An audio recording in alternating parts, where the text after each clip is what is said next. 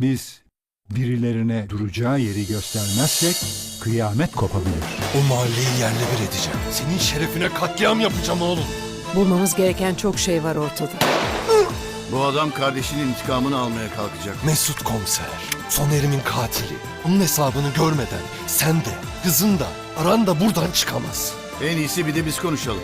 Abi polisler İrfan'ın eve çöktüler. Adem tedbirsiz geziyorlar. Güzel bir ayar çekelim. Gelin lan artık! Mermimiz bitmek üzere! Kan bir kere döküldü. Bu iş uzarsa sonu da hiç iyi olmaz. Özledik be Devrem. Biz yanlış yerden eksildik çocuklar. Çok yanlış yerden.